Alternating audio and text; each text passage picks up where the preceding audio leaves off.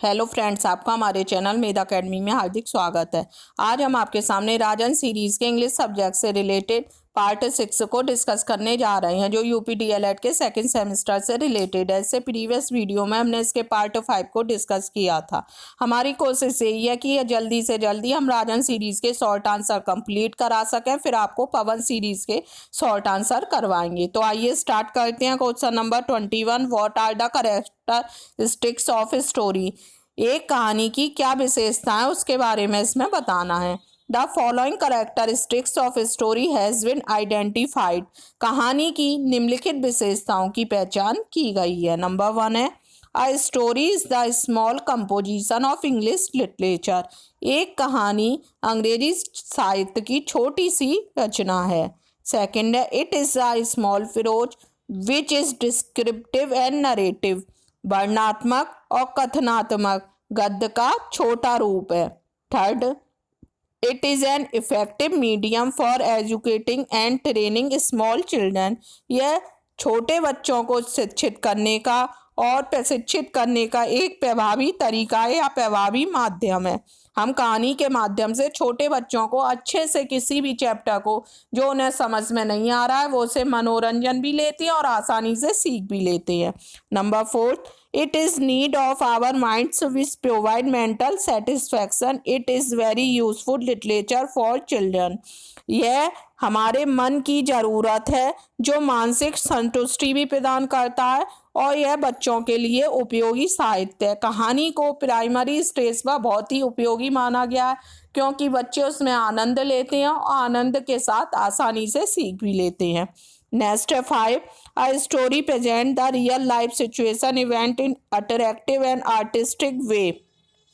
एक कहानी वास्तविक जीवन स्थिति घटना को आकर्षक और कलात्मक तरीके से प्रस्तुत करती है। मतलब हम कहानी के माध्यम से कोई भी रियल लाइफ स्टोरी को आकर्षक रूप से या कलात्मक रूप से प्रस्तुत कर सकती हैं। 6, a story is the small descriptive composition which is read in one sitting.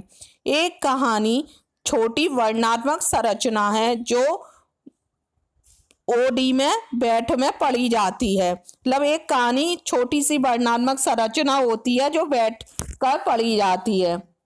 Next है 7 point, story telling is also an effective method of teaching. कथा लेखन भी शिक्षण का एक प्रभावी तरीका होता है। मतलब स्टोरी सुनाने का या कहने का भी एक प्रभावी तरीका होता है कि कैसे हम सुनाए कि दूसरे वाला भी उसे समझ सके और उसमें इंटरेस्ट ले सके।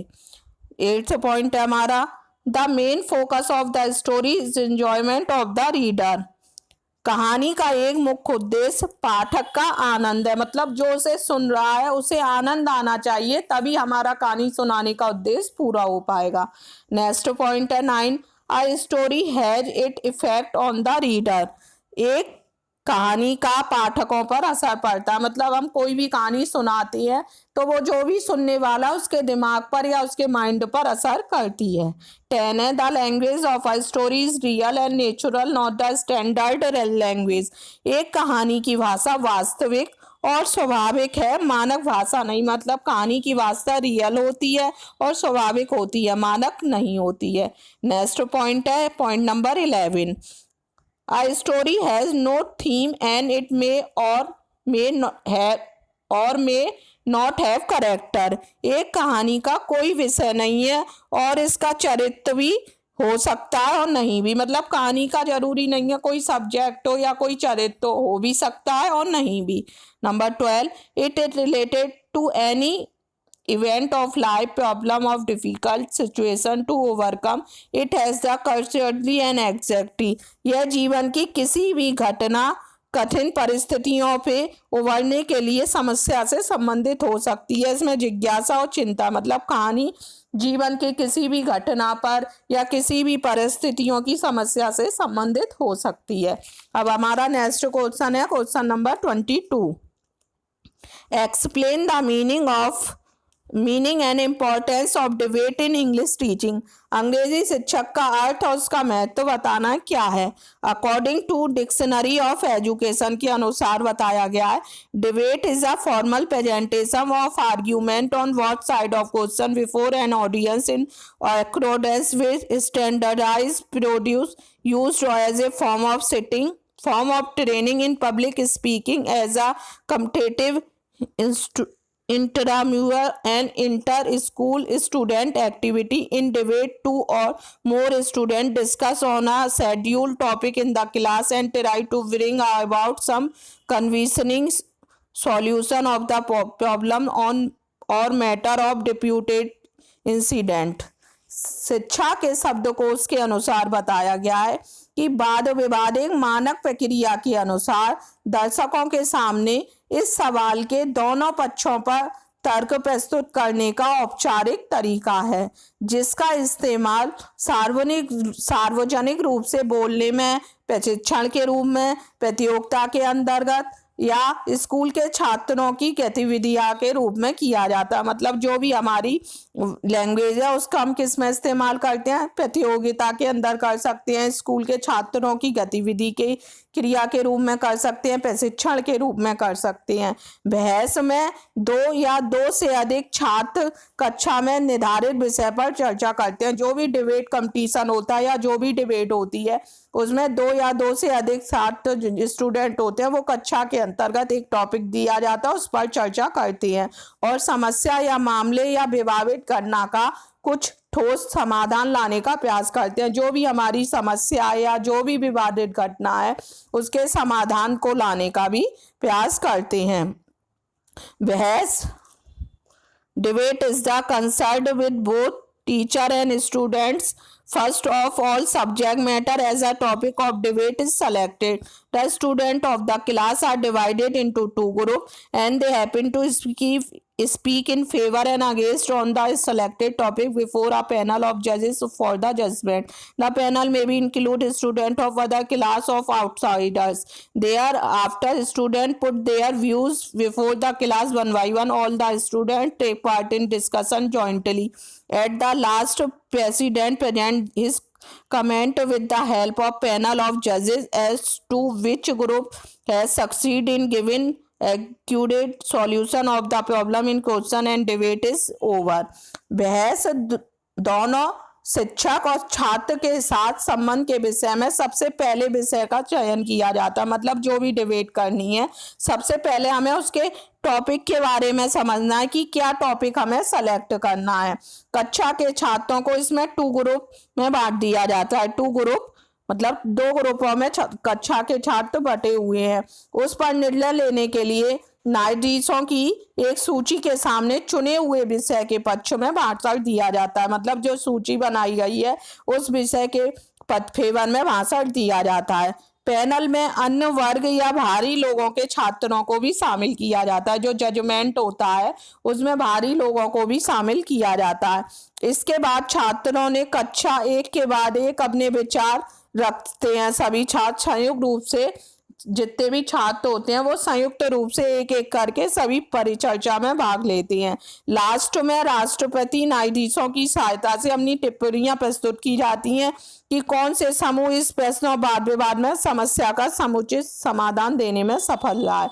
मतलब लास्ट में ये पता लगता है राष्ट्रपति के द्वारा या न्यायाधीशों के द्वारा जो भी टॉपिक दिया गया है स्पीच के लिए उस पर सही समाधान किस ग्रुप ने या किस स्टूडेंट ने ठीक प्रकार से समाधान दिया या सही प्रकार से उस विषय के बारे में बताया उसने। Debate has occupied an important place in teaching of learning of language. Merits of debate are given below. भाषा के शिक्षण और शिक्षण में वाद विवाद का महत्वपूर्ण स्थान हो गया है। और बहस के क्या क्या गुण होते हैं नीचे बताए गए हैं। डिबेट के क्या क्या गुण होते हैं। सबसे पहला, debate develop free thinking of student because they are free to express their own view related to schedule topic. वाद विवाद छात्रों के स्वतंत्र विचार को विकसित करता है, क्योंकि वे विषय से संबंधित विचार प्रकट करने के लिए स्वतंत्र हैं। जो भी डिबेट होती है, जो भी टॉपिक दिया गया, उस पर स्टूडेंट स्वतंत्र रूप से उस पर अपने विचार प्रस्तुत कर सकते हैं। ऐसा नहीं है कि उनके ऊपर प्रेशर रहता है कि उन्हें अपने मन से विचार नहीं दे सकते, किसी और के दिए हुए विचारों को बोलना है। डिबेट में स्टूडेंट स्वतंत्र रहता है, वो अपने मन से फ्री थिंक होके कोई भी विचार प्रस्तुत कर सकता है।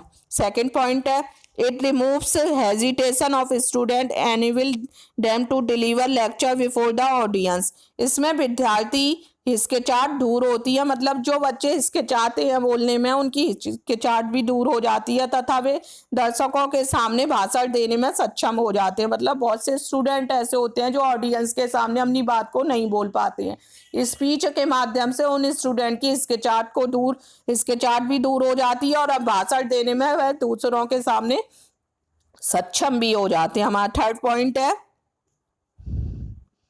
Students are required to study the subject matter deeply to participate in debate. In this way, debate is very important for the study point of view.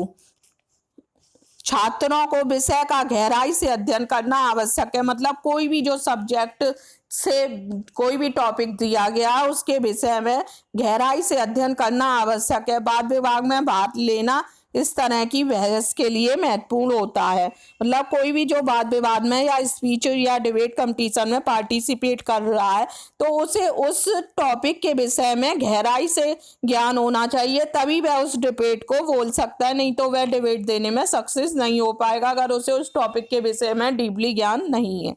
4 point है, develop the healthy sense of revival in student. यह छात्रों में प्रतिद्वंद्विता की स्वस्थ भावना विकसित करता है। मतलब जो भी कंपटीशन होता है छात्रों में जीतने का, उसकी स्वस्थ भावना को विकसित करता है। 5th है, it develop self confidence among the student. यह छात्रों के बीच विक्रय आत्मविश्वास विकसित करता है। मतलब छात्रों में कॉन्फिडेंस आता है जब वो ऑडियंस के सामने अपने विचारों को प्रस्तुत कर पाते हैं, तो उनमें अंदर से एक कॉन्फिडेंस आ जाता है कि हम अपनी बात को दूसरों के सामने अच्छे से कह पा रहे हैं। ये कॉन्फिडेंस को विकसित करती है। अब हमारा नेक्स्ट क्वेश्चन है, what is the importance of poetry teaching. कविता शिक्षण का क्या महत्व है, इसके बारे में बताना है। Poetry fastens upon an object and turns it into a shape of beauty, or its seen external beauty in ordinary and common thing. It raises the material words to a higher state.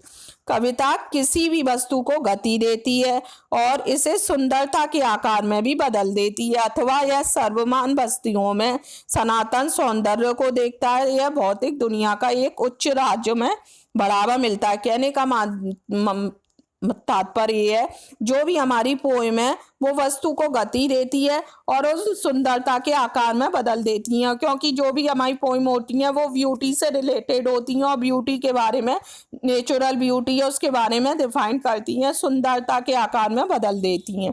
The value of teaching poetry in English course at the secondary level in immense. मतलब जो माध्यमिक विद्यालयों में अंग्रेजी भाषा के पाठ्यक्रम में कविता का महत्वपूर्ण स्थान होता है। जो भी हमारे सेकेंडरी स्कूल है ऊपर लेवल पर जो भी स्कूल होते हैं उन सब में पोइट्री का बहुत महत्वपूर्ण स्थान होता है। It leads to an all around development of the whole personality of pupils, particularly emotional, imaginative, intellectual, aesthetic, intentive sides. The study of poetry efforts of a great opportunity for these aspects of personality to develop, which may remain undeveloped in a purely intellectual curriculum. While teaching them the best poetry that is within their reach, we are giving our pupil a mean of the emotion expression, artistic perception in a state of heightened awareness and sensitivity that is generated by striking imaginary rhythm, rhymes and device of pattern and arrangement। मतलब माध्यमिक स्कूलों में अंग्रेजी भाषा के पाठ्यक्रम में कविता का महत्वपूर्ण स्थान रखा गया है।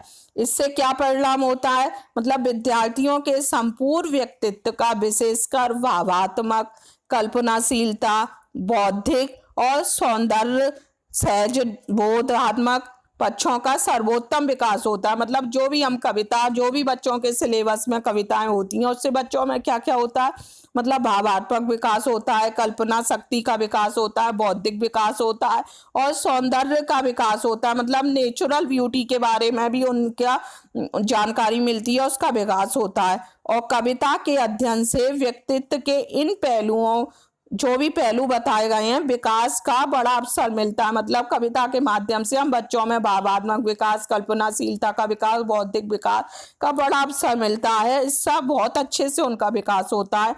जो भी विशुद्ध बौद्धिक पाठ्यक्रम में अविकसित रह सकता है, अपनी पहुंच के भीतर की सर्वोत्तम कविताओं को हम विद्यार्थियों को उच्च चेतना और कल्पनाशीलता के साथ भावात्मक अभिव्यक्ति तथा सौंदर्य का साधन प्रदान कर रहे हैं, जो कि अद्भुत, विलंबुलय, तुक और प्रतिमान तथा व्यवस्थाओं से उत्पन्न होता है। मतलब पोइट्री से क्या क्या होता है, बच्चों में बौद्धिक और कल्पनाशीलता का विकास होता है और एक लय में बोलना सीख जाते हैं। पोइट्री के द्वारा रिदम में बच्चे बोलना सीख जाते हैं, इमेजिनरी पावर उनकी बढ़ जाती है और उन्हें एथेंटिक सेंस भी उनका बढ़ जाता है। मतलब पोइट्री के द्वारा हम बच्चों की कल्पनाशीलता, बौद्धिक क्षमता, उनकी लय, तुकबंदी, गति, ये सब चीज़ों को अच्छे से डेवलप कर सकते हैं। इसलिए पोइट्री का टीचिंग में बहुत महत्वपूर्ण स्थान है। पोइट्री के द्वारा बच्चों के अनेक प्रकार से विकास किया जा सकता है। उम्मीद करते हैं आपको राजन सीरीज का 6 पार्ट अच्छे से क्लियर हुआ होगा। अगर आपको हमारा वीडियो पसंद आया हो तो प्लीज़ हमारे मोटिवेशन के लिए हमारे वीडियो को लाइक कीजिए और अपने फ्रेंड्स में अधिक से अधिक लोगों को शेयर कीजिए और इसका अगला पार्ट देखने के लिए हमारे चैनल को सब्सक्राइब कीजिए। Thank you.